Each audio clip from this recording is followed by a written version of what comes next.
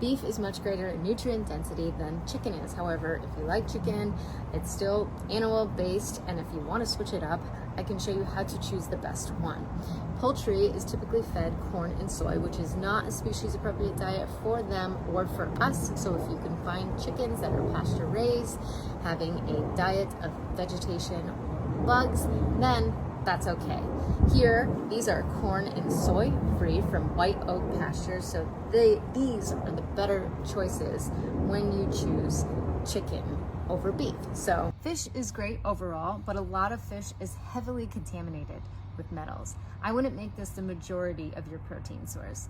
In fact, there are many examples of people who have done this and ended up with heavy metal toxicity. So if I were you, I don't eat much fish, but if you wanted to switch it up, maybe once every other week is okay. There are plenty of omega-3s in animal fats. This is why beef will always be the superior choice. If you are going to consume seafood, try consuming wild caught in the Pacific or South Atlantic regions, and the smaller the fish, the better. Dehydrated fruit. I get asked this question a lot. Is it good? Is it bad? Well, that depends on the source. So, yes, it can contain a lot of mold and preservatives as well as added sugar. So to ensure that this is not the case in the food that you grab, I would grab fresh grapes, a dehydrator, and dehydrate them yourself. About 13 hours later, you got yourself some nice snacks.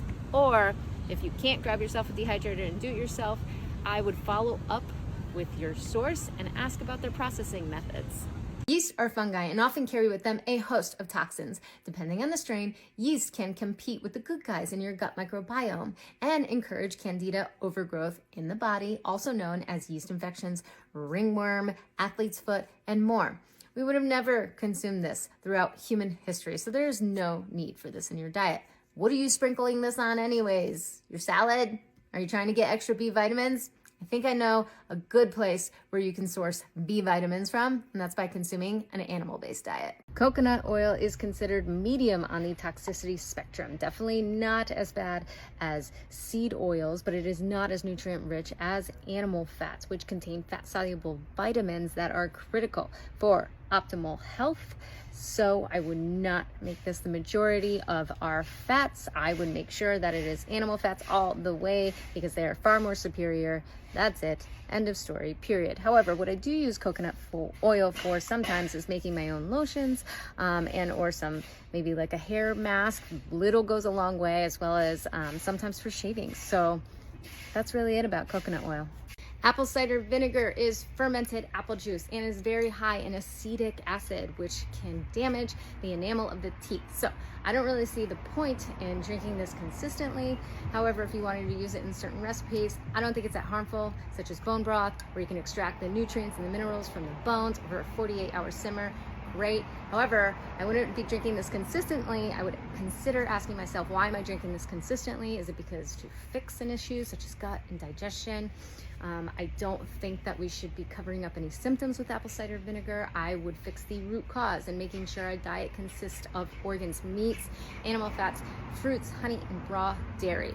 And if we still feel like we need a little bit more support with our digestion, reaching for fermented foods like kefir is far more valuable than reaching for anything like this. Olives are a fruit and they are lower in defense chemicals than any stems, roots, leaves, or seeds. Don't let it crowd out your more valuable animal fats though, such as tallow. This is my homemade tallow. But if you're looking for a little bit of variety, I think olives is a nice little treat. Salty, different taste. You can also stuff it with some cream cheese. It's kind of fun. This is raw cream cheese that I've made. Super yummy. You can also make maybe a homemade tapenade and blend it in a food processor with a couple of different olives. So that's what I would do. Squash is a fruit, and the best feature about this is you can make it sweet and you can make it savory. Fall is a great time to add this versatile fruit into your typical holiday menu and or animal based. You can take that ordinary animal based menu and turn it into something colorful and something comforting. Just make sure that you take out the seeds and enjoy. Cucumbers are actually a fruit, so you can go ahead and enjoy these on an animal based diet. One way is you can eat them raw by peeling the skin, cutting them in half, and taking out the seeds. enjoy, or you can pickle these guys. Or another way, I'm gonna show you a secret. I bought some fresh raw milk this morning and I'm making my own yogurt. By making my own yogurt, what I'm gonna do is blend the cucumbers in that and start trying to make my own tzatziki.